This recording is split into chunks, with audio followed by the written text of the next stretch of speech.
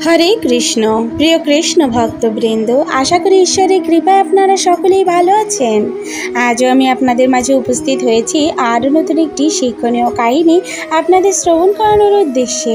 তো আসুন শ্রবণ করা যাক। রাধে রাধে।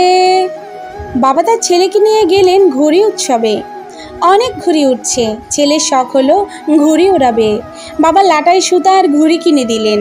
ছেলে ঘুড়ি ওড়াতে শুরু করলো। কিছুক্ষণ পরে তার ঘুড়ি আকাশে অনেক উঁচুতে উঠে গেল। একটু পরেই ছেলে বলল, বাবা আমার মনে হয় সুতা টেনে ধরে রাখার কারণে ঘুড়িটা আরও বেশি উঁচুতে উঠতে পারছে না। আমরা যদি সুতা কেটে দেই তাহলে ঘুড়িটা ছাড়া পেয়ে আরও অনেক উপরে উঠে যেত। আমরা কি ঘুড়িটার সুতা কেটে দেব? ছেলের কথা শুনে বাবা ঘুড়ির সুতাটা কেটে দিলেন। ঘুড়িটা উপরে উঠতে শুরু করলো। দেখে ছেলেটা খুব খুশি হলো, কিন্তু একটু পরেই ঘুড়িটা গোত্তা খেতে খেতে নিচের দিকে নামা শুরু করলো। কিছুক্ষণের মধ্যে সেটি পড়ে গেল একটি ভবনের ছাদে। ঘুড়ির এই অবস্থা দেখে অবাক হলো ছেলেটি। সে ঘুড়ির সুতা কেটেছিল যেন অনেক উপরে উঠতে পারে, তা না হয়ে উল্টো এটা পড়ে গেল। সে বাবাকে জিজ্ঞেস করলো, বাবা আমি ভেবেছিলাম সুতা কেটে দিলে ঘুড়িটা মুক্তভাবে আরও উপরে উঠতে পারবে, কিন্তু এটা পড়ে গেল কেন? বাবা ছেলেকে বুঝিয়ে বলল, শোনো, আমরা জীবনে যে উচ্চতায় বাস করি মাঝে মাঝে মনে হয় কিছু একটা আমাদের টেনে ধরে রেখেছে, যে কারণে আমরা আরও উঁচুতে উঠতে পারছি না।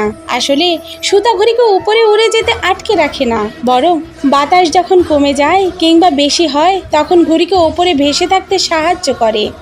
তুমি সুতার মাধ্যমে ঘুড়িকে ঠিকমতো ওপরে ওড়াতে সাহায্য করছিলে, কিন্তু যখনই সুতা কেটে দিলে ওটা পড়ে গেল, কারণ তখন তোমার সুতার সাহায্য ঘুড়ি পায়নি।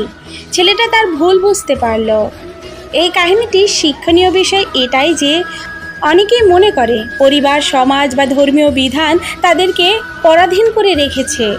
তারা ইচ্ছামতো কিছু করতে পারছে না, ইচ্ছেমতো জীবনকে উপভোগ করতে পারছে না, কিংবা আরও বেশি উন্নতি করতে পারছে না।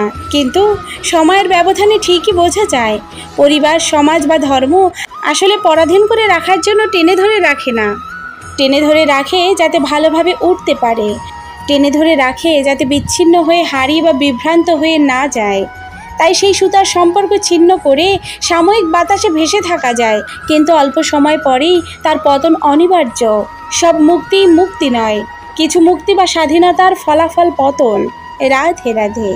এই কাহিনীটা আপনাদের কেমন লাগলো অবশ্যই কমেন্ট করে জানাবেন, এবং এরকম আরও নিত্য নতুন কাহিনী শ্রবণ করার উদ্দেশ্যে আমাদের এই চ্যানেলটিকে সাবস্ক্রাইব করে আমাদের পাশে থাকবেন। তো আজ এই পর্যন্ত, আবারও দেখা হবে নতুন কোনো ভিডিওতে।